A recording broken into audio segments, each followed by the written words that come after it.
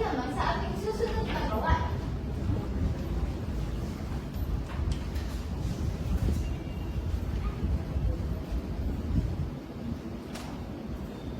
Ating naman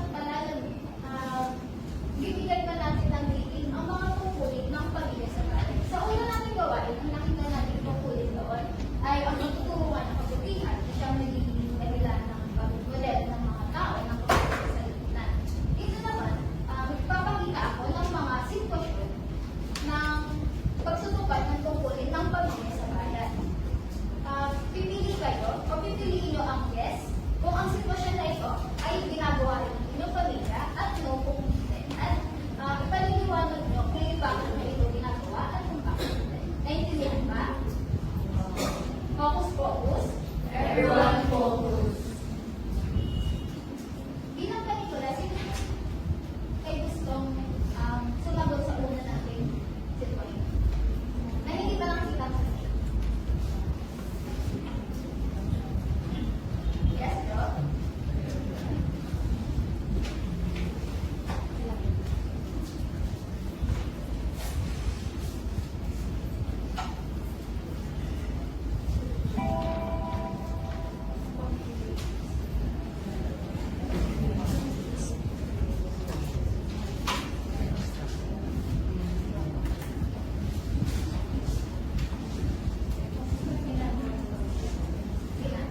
So, yes. Sa tingin mo bakit ito ginagawa ng pamilya? Since yung family po natin ay marami lang nagtatrabaho and nagpaprovide para sa family natin, binibigyan natin importansya ang labor room para ipakita na sinusuportahan natin yung mga tao na nagtatrabaho at pinapakita natin na ina-appreciate natin yung mga bagay na ginagawa. Salamat. So, base sa kanyang sagot, ginagawa nila ang pagtangkilik o pagbibigay appreciation sa mga manggagawa sa kanilang pamilya tuwing Labor Day. Meron ba ditong salamat ang sagot or no ang sagot?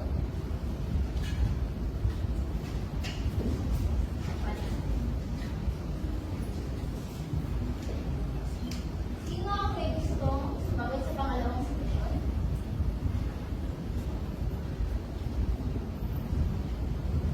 Yes, lang. Wala, hindi mo tulungan ako ng pamilya sa paggawa ng alat ng paggawa sa dalang buhay na. So, ang sabi ko po is yes. And nakikita ko rin po siya sa loob ng pamilya namin na tinutulungan po kami ng mga magulang namin ginawa ng mga kapamalan nila. At mahalaga po siya sa bilang banding na ito namin. Isa palagi ko ba kaya tinutulungan ng pamilya mo ang mga yan sa iyong pamilya sa paggawa ng asignatura or ng homework nila dahil gusto nilang kasiguro na tama ang dahil. Maraming salamat. Meron gusto ang saliwas? Sasagot na. Ano sa aming pangatlong sitwasyon? Sino ang may gustong magbahagi ng kanyang sagot? Yes, Dad? Maraming tutulungan ng pamilya nila sa pagkakanda sa mga emergency sa panatili ang pagkasa naman ng pamilya. Ako mas paligid. Yes po, siyempre ngayon, tanawag ng person. Yung pamilya ko na namin emergency para just in case na anong mangyari. May kasama kami. Maganda ang kanyang naging sagot dahil ito ay currently na nangyayari sa ating bayan, diba? Sa mga nangyaring earthquake at sa mga storms na pumapasok sa ating bansa. So, dito ba may talibas na mabubuhay? Para sa ating pang-apat, why gusto mo ba kita ito ako? Ang sagot ko po din ay no. Bakit no? Kasi po, ginagawa ko kasi namin sa bahay. Lagi ko pagsisistay. Ako rin naman Ayun ang malungkot, ano? Dahil sa pagkakaiba ng opinion o sa pagkakaiba ng mga dahilan ng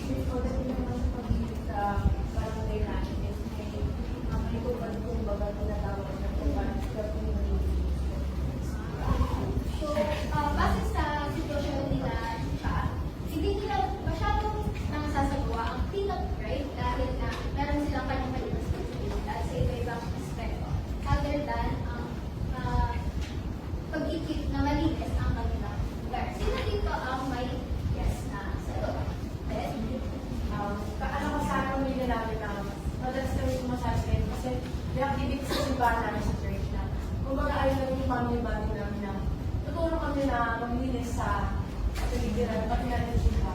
Para kung So makikita natin sa, mababawasan natin sa sagot ni Debbie na ang lipunan